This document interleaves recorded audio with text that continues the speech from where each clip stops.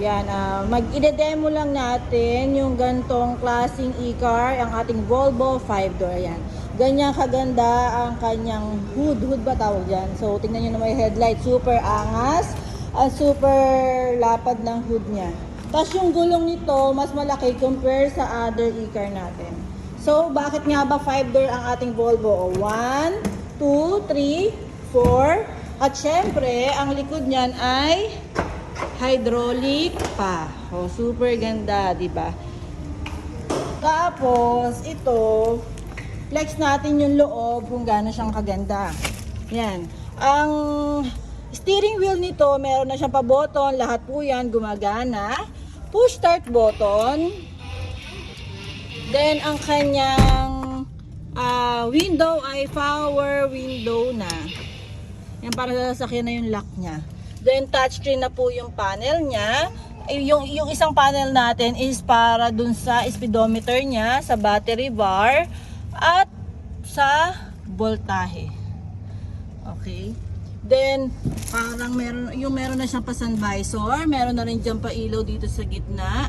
Yan, meron pa rear view mirror. Meron din pa sun visor sa passenger princess mo with mirror. At meron na rin po yung pa-handle. At eto, yung ano niya, yung tawag dito, yung seatbelt niya is totoo talaga. Ha? Yung umi-stop yan pagka biglang ano.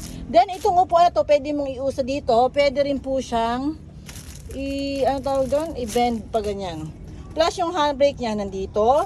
Yung neutral, drive reverse niya, dito na siya. So try naman natin ang reverse. Kung gaano kalaki ang reverse camera. Ayan o. Ang laki ng panel. Ayan, makikita mo dyan yung panel niya. Then, para lang siyang automatic na car na merong accelerator plus brake. Ito, handbrake din yan. So, yung aircon niya, dito ino-open. Heater at aircon. So, ito po yung sa nilalabasan ng aircon niya. Ayan, meron dyan.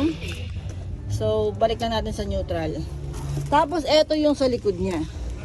Yan. Sa likod niya,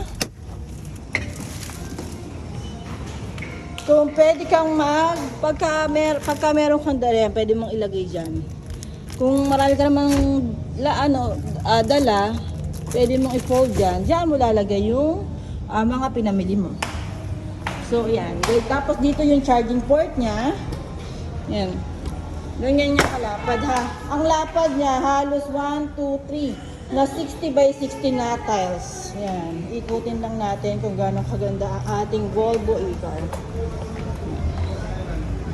Yan. Ganyan kaganda ang ating Volvo e-car.